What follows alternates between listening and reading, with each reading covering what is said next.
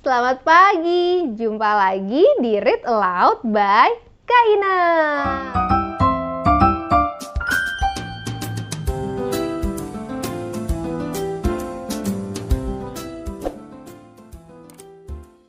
Hari ini kita akan membaca cerita yang berjudul Ellen, Gajah dengan Bakat yang Istimewa.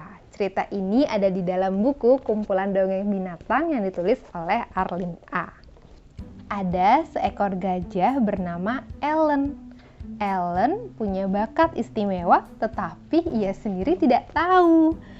Ellen dapat memindahkan benda-benda tanpa menyentuhnya. Benda-benda di rumahnya jadi sering berantakan. Mulanya, Ellen mengira sedang dikerjai, tapi rasanya tidak mungkin ada yang melakukan itu selama bertahun-tahun. Ia curiga jangan-jangan rumahnya berhantu.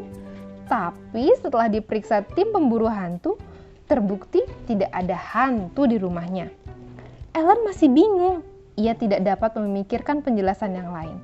Suatu hari, setelah membereskan rumahnya yang lagi berantakan, ia merasa amat lelah. Maka ia pun beristirahat. Ia duduk dan berpikir, alangkah enaknya ya jika ada yang membawakan sekaleng jus kacang untuknya.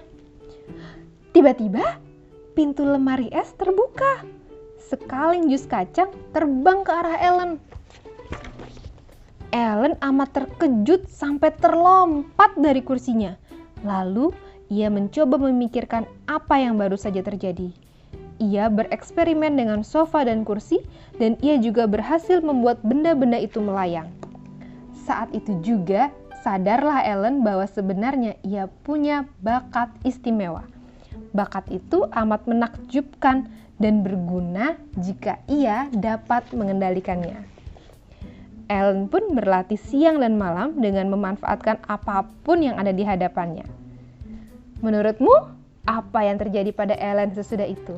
Apakah dia jadi malas dan hanya tidur-tiduran saja? Apakah ia jadi sombong dan suka mengganggu?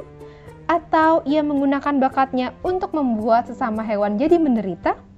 Tidak.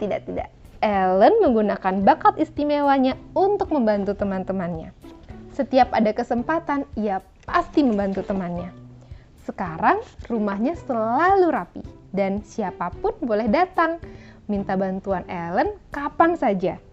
Ellen sangat bersyukur atas bakat istimewanya itu. Bakat itu telah membawa hidupnya semakin berwarna. Tapi yang lebih penting dengan bakat itu, ia bisa membantu sesama dan ia bisa menjadi warga negara yang lebih baik. Sekian ceritanya hari ini. Sampai jumpa lagi.